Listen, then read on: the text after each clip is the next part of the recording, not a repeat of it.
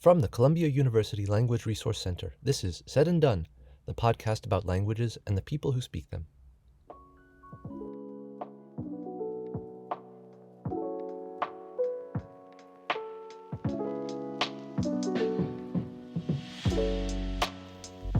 This is Said and Done. I'm Chris Kaiser, and joining me today is Angelika Kraemer, who's the director of the Cornell Language Resource Center. In this conversation, Angelika shares her journey to becoming a scholar and language professional. We talk about the ongoing challenge of promoting and communicating about languages.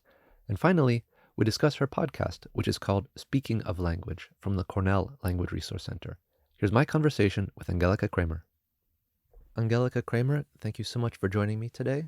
You are the director of the Language Resource Center at Cornell. You recently completed a 2-year term as president of IALT, the International Association for Language Learning Technology.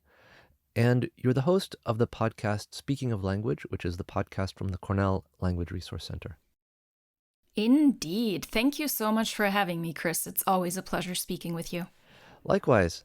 And so today I wanted to speak with you about a very specific topic, which is really one of the main challenges that we face as language people, language professionals, which is the issue of language promotion, communication about language, getting people to take languages and understand their value. And I know at Cornell you've done an excellent job of this, and I want to get to that, but in order to get to that, I wanted to ask you a little bit about how you became a language person, how you became interested in languages, and something of the path that you followed that led you to become the director of the Cornell Language Resource Center. Sure. I've always been interested in languages. The story that's circulating in my family is that at age 3, I was running around the house.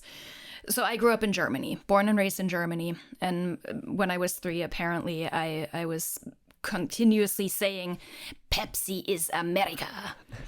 No idea where that would come from, because it's certainly not that we were drinking Pepsi in Germany when I grew up, leave alone Coke. But that might be just a made-up story, I don't know. But apparently, as young as age 3, I was interested in English.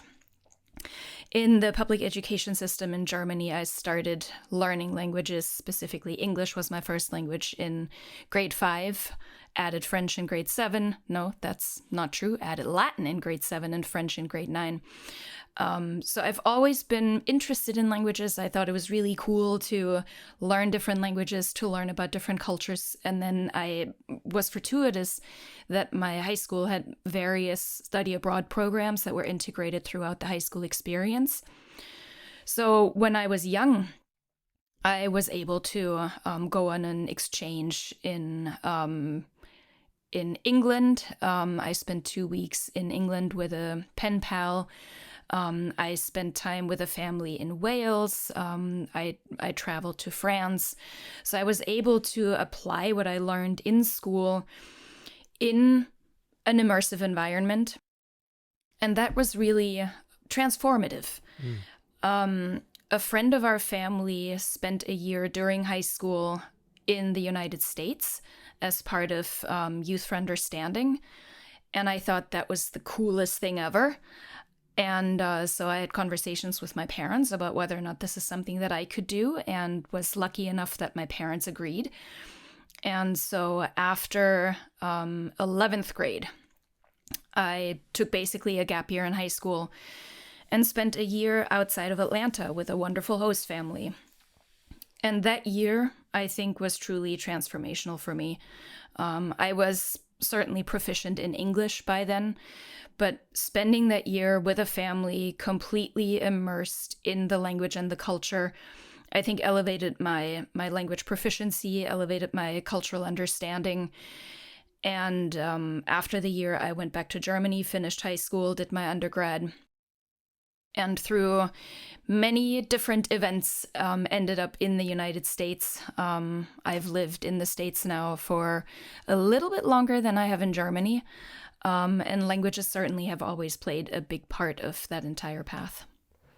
Just as a point of curiosity, what was it like to go back to Germany after having spent a year living outside of Atlanta?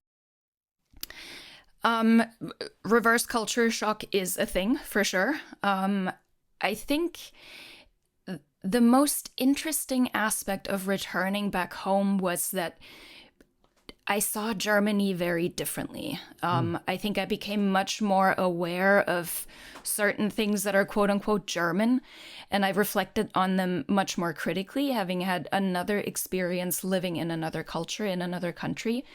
And I think it certainly opened my mind to the fact that things that I always thought were just done this way because that's how I grew up can also be done in a different way. Yeah. So I think being a little bit more flexible, a little bit more open-minded, that was definitely a side impact. And one thing that I do remember too, the organization asked all participants to write a letter to themselves before they left for their year abroad. And then they held on to that and sent it back to us. And we were supposed to write to ourselves about, what are our hopes, dreams, and aspirations for this year. And that was really interesting, reading that letter to myself a year later. I should see if that still floats around somewhere in my parents' attic. But I think it definitely made me a more reflective and critical thinker and person in general. Yeah. What a thoughtful thing to ask people to do, to write a letter to themselves. Yeah. So after you finished high school, I'm not sure, did you go to university in Germany or in the United States? Yeah, I went to university in Germany. My plan was to follow the quote-unquote family business to become a teacher. And so I thought I was going to be a high school language teacher, English and German. And in order to be the most well-rounded English teacher that I could be, I had to do another study abroad program during my undergraduate education. And since I had already spent a year in the States, I figured I should study abroad in another English-speaking country. I wanted to go to New Zealand for various reasons. That didn't work out. And I landed back at Michigan State University, or not back, but I landed at Michigan State University back in the States. And never left. Basically. I never fully finished my German degree. I have an equivalent of a bachelor's in German and English, but never officially finished my university education there. I took care of that in Michigan. And yeah, now I'm at Cornell. So you, if I'm not mistaken, you went on to do a PhD in applied linguistics at Michigan State University. Is that right? Yeah, so technically my degree is in German studies. Okay. At the time, there was no specific applied linguistic program. But the German program was very flexible, and I was able to basically choose a focus area. And so that was applied linguistics, specifically technology-enhanced language learning, which, funny now, where we find ourselves in history, I was a trendsetter, let's just say it. I mean, who are we kidding? I was looking at hybrid and online education before it was cool. Right, yeah. So one thing I was wondering about was, when you were in your Michigan years, you worked, if I'm not mistaken, at the Language Center at Yes. Michigan State, and also you were part of a podcast, actually 2 podcasts there. And I was wondering, could you talk about, what years that was, who the podcast was with, and just describe those podcasts? Yeah, definitely. So at Michigan State, Michigan State founded a language center that was the new iteration of the previous language lab in 2018, the Center for Language Teaching Advancement. And fresh out of my PhD, I was hired to assist with language outreach, actually. And Bill Van Patten at the time was at Michigan State. And at one point, we started talking about maybe doing a podcast, a radio show to talk about language acquisition and how we can make this sometimes very theoretical field, very research heavy, more accessible to actual language practitioners. the folks, boots on the ground in the classrooms. And so through a series of different events, we ended up with 2 radio shows, live radio shows, Tea with BVP and Talkin L2 with BVP. Different iterations. One was when Bill, our other co-host, Walter Hopkins, and I were all still at Michigan State. And then the second iteration, once all of us, for various reasons, left Michigan State. But that was an interesting experience for me, just being the sidekick, basically, the comedic relief to one of the most well-known researchers in second language acquisition, and hearing him respond to audience questions and really getting to the core of what some of the issues and struggles in language teaching really are about. So there's you might call it maybe a not totally identified field, which you might call language communication, along the lines of science communication. Like, Neil deGrasse Tyson is a great communicator of science. I think that what you do with your podcast, what I'm trying to do with my humble podcast, and what you did in that previous set of podcasts is language communication. So in that sort of earlier experience of language communication, can you talk about maybe some of the lessons that you learned about how to talk about language and some of the questions that people were curious about?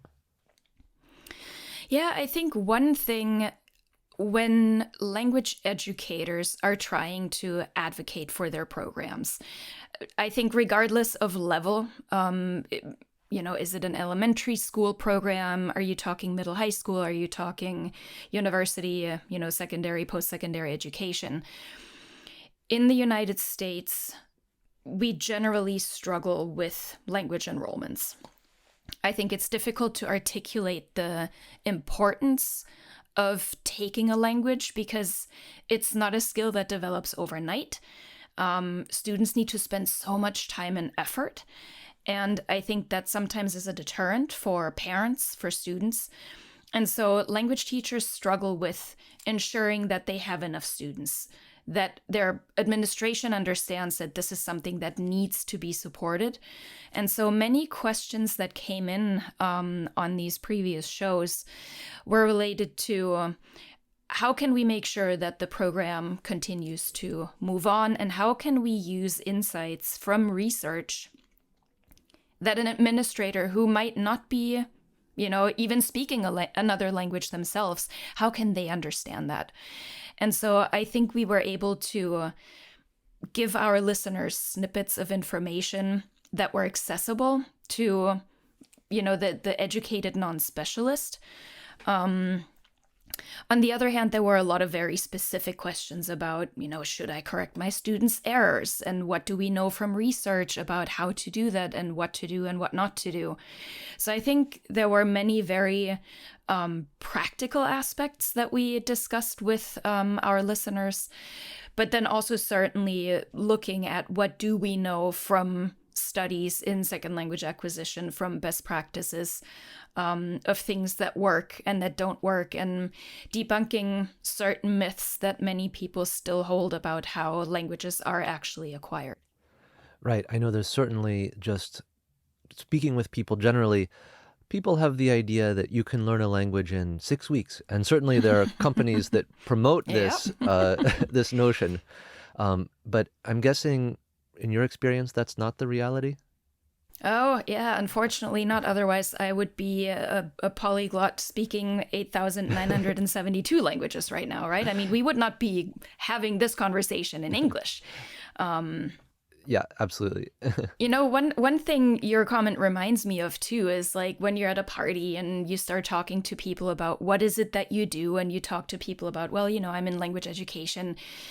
People just start laughing, and a common response is, oh yeah, I took Spanish in high school and I don't remember a thing. And I think this really gets to the crux of the issue. People, I think, have a concept of, there are different languages in the world, and maybe it is important to learn about them, but not really expend the time to learn them, to acquire them. And I think, and maybe I'm a little bit ahead of the conversation here, but I feel one maybe image problem that languages have is that our students tend to think, and maybe this is based on, something that their parents instill in them, that the only thing you can do with a language is become a teacher. And that is so not true, right? There are so many possibilities that languages open up, especially in today's global world, that I think as language program administrators, we just need to make sure to do a better job letting students know what other pathways there are if they are a multilingual speaker. Well, I think that really points to the importance of communication about language learning, because Yeah. right now I feel like there's a big gap between the usefulness and applicability of language skills, especially as we're entering this kind of AI era where, having language skills and the attendant ways of viewing the world, the huge creativity boost that you get from knowing another language Yeah. is, you're really a much more compelling job candidate. You're a much better thinker. And these are the most important skills. It's not so much, like knowing how to code or follow a set of predetermined rules. It's learning how to think out of the box, learning how to be creative, and language learning, I think, really gives you that insight in a way that almost nothing else gives you. Yeah. Very true. Yeah. And I do agree with you. It boils down to communication. What do we do on a daily basis with others, right? We communicate, whether it's spoken communication, written communication, and having the ability to do this in different languages and multiple languages. I think the understanding, the connection that you have with the person you're communicating with is so much different and deeper and maybe more respectful if that can happen in a language that your counterpart feels more proficient or, safer or more comfortable in. And that's really something. I mean, we know, again, leaning on research, we know that employers in the United States are globally minded. They are interested in having multilingual speakers. They would always prefer to hire somebody who speaks more than one language.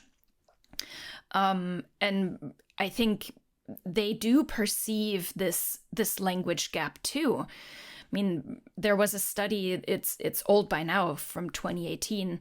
I'm sure there have been more recent studies as well. But employers noted that their employees are unable oftentimes to meet the language needs of the people that they work with, and that gap really resulted in lost opportunities for their businesses. And that is only the language area, right? That doesn't even touch on being culturally aware and making sure that you can appropriately communicate using the language skills that you have to communicate with others. Yeah, absolutely. So, you work at the Language Center at Cornell. I work at the Language Center at Columbia. So our specific job is to communicate this message to students at our respective institutions. And so I was wondering, at Cornell, when you arrived there and you looked at the situation with languages, can you talk about maybe some strengths that you noticed, some weaknesses that you noticed, and how you worked on getting this particular message out to students? Because I know you've been very successful with increasing the numbers of students that are in the collaboration that our two institutions are a part of, the Shared Course Initiative, which Yale is also a part of. So can you just sort of give us a little snapshot of the Cornell picture in terms of language engagement? Yeah, for sure. So when I arrived at Cornell, one thing that stood out immediately was the dedication and the passion of the language faculty members. It's a cohort of about 60 to 70 language lecturers who basically are in charge of the basic language sequences and sometimes intermediate and advanced classes as well. At Cornell, we offer almost 60 different languages. We pride ourselves in offering everything from A through Z, Arabic through Zulu, even though, of course, Zulu is received as part of the Shared Course Initiative here. But that was definitely something that stood out even in my interviewing process. The language faculty members love what they do. They care about their students. They want to make sure that they give their students as many opportunities as possible to engage with the language inside and outside the classroom, connect to the culture, encourage students to do study abroad. So I think the LRC at Cornell was really well positioned in terms of that. One gap that I did see was advocating, advertising all these great opportunities. So here, students have the opportunity of choosing from almost 60 different languages, yet the majority of enrollments still remain in the more commonly taught languages. And I think that was because it's really difficult to reach students.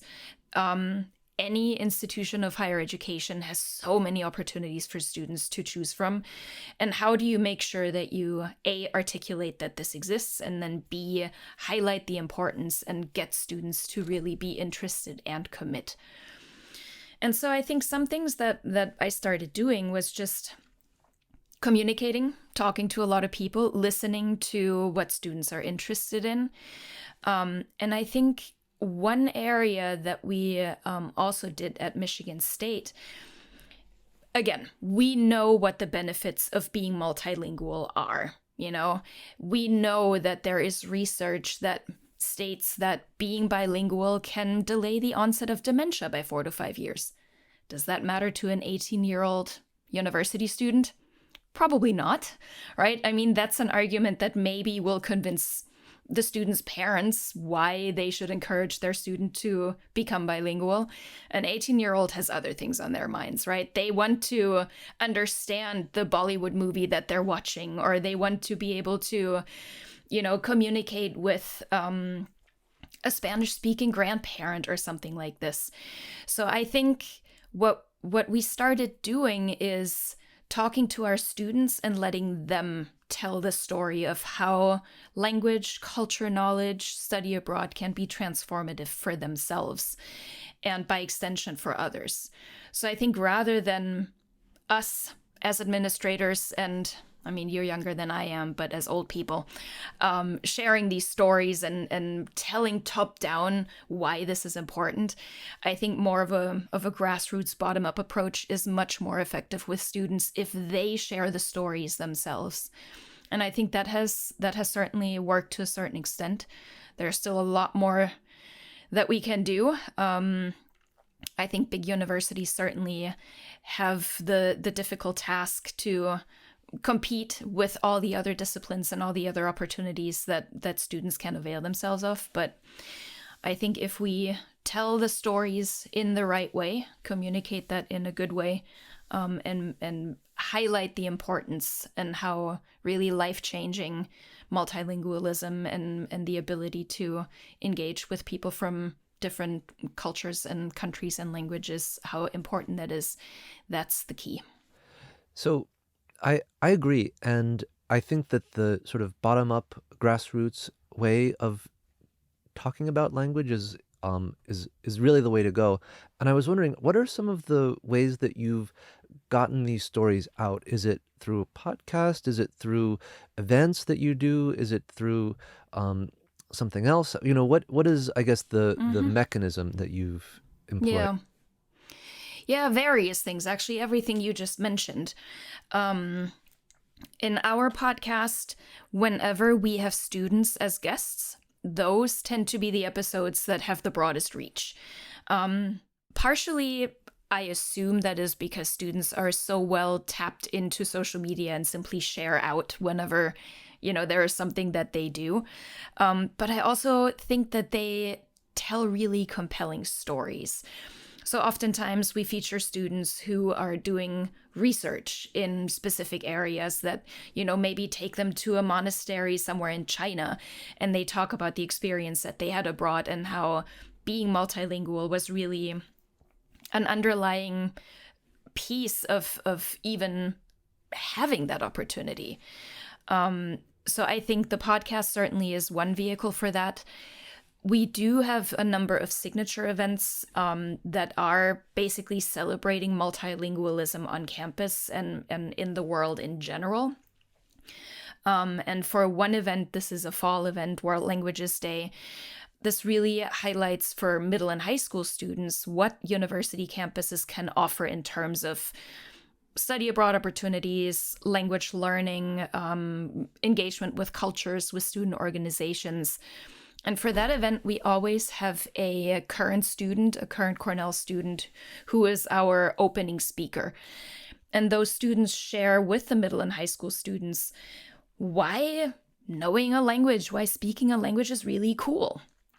And I think that really connects the message again, right? They don't want to hear from me, whatever, old person standing up there. But if there is an energetic undergraduate student, who can share their passion with these middle and high school students, I think that leaves that little nugget in their brain. And hopefully once they enter their university career, they remember that and they will take a language.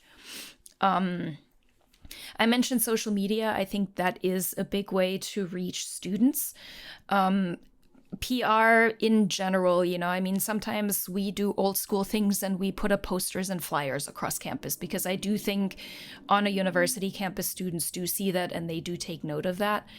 Having engaging visuals, having engaging posts on social media to highlight when a new podcast episode comes out, or when we bring on a new language, for example. We also work with student organizations very closely because, again, I think they're not only our quote-unquote consumers, but I think they are our best advocates as well. And so we have seen a lot more engagement after working with student organizations, bringing them into our space, allowing them, to host events in our space. And I think this is just a win-win all around. So you, in addition to working at Cornell as the director of the Language Resource Center, you also recently completed a 2-year term as president of IELT, the International Association for Language Learning Technology, as I mentioned at the beginning. Mm-hmm. And so I think you have this sort of perspective on the situation of language learning in general, not just in the US, but also globally. But focusing in on the US, not every university is Cornell with 60 languages. Some universities Sure. maybe only have a couple languages available. So is there anything, in addition to what you just mentioned, that if somebody's listening and let's say they have Spanish and maybe 3 or 4 other languages, mm-hmm. what else do you think might be useful to think about for somebody in that position? Maybe not the same number of languages, but just still trying to promote languages nonetheless. Find your champions on campus and in the community. I don't think it should rest on the shoulders of a language program administrator. If you are a one-person language program, if you're the only Spanish speaker or the only Spanish teacher, on your campus, you have so much to do already. And of course, you want to advocate for your programs. Of course, you want to make sure that more students are aware and will take your language. But there are only 24 hours in the day. So I think if you can find other people on campus who can help share your story, I think that is really, you should take advantage of that. I think there are many resources that are offered through associations like IELT. There is a language advocacy institution committee in the US, JNCL Nicholas, right? The Joint National Committee for Languages and the National Council for Languages and International Studies. Those committees are basically our voice, our national voice on Capitol Hill. Check out those websites and see, what's going on in a national conversation, what resources are there, what little snippets of information can we use to help convince students see why is it important to take a language. So I don't think this needs to rest on individual people or, individual units.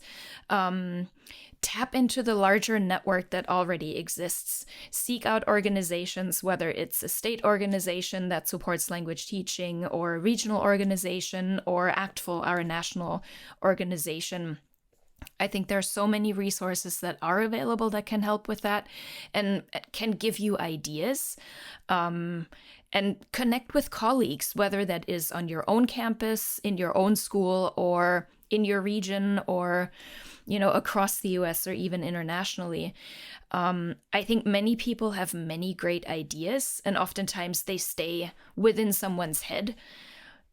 But I think tapping into the great network of colleagues, and what I have found in all my years of working in the field of language education, language teachers are not only the most dedicated bunch of professionals ever, but they are the most giving as well.